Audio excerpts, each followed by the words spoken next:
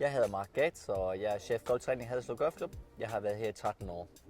Udover mig selv har jeg ansat en PGA-træner, som hedder Henrik Nielsen, og jeg har en PGA-elev, som hedder Henrik Lund. Mit navn er Henrik Nielsen. Jeg har været ansat som træner i Haderslev Golfklub i 4 år. Jeg er uddannet PGA-golftræner. Jeg beskæftiger mig til daglig med individuel træning, gruppetræning og begyndertræning. Hej, mit navn er Henrik Lund. Jeg er pro-elev i Haderslev Golfklub, og jeg har været her i 2 år.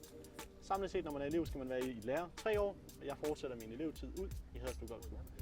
I klubben har jeg nogle hovedopgaver. Jeg har blandt andet juniortræningen, hvor jeg træner de unge mennesker indtil de er 18 år.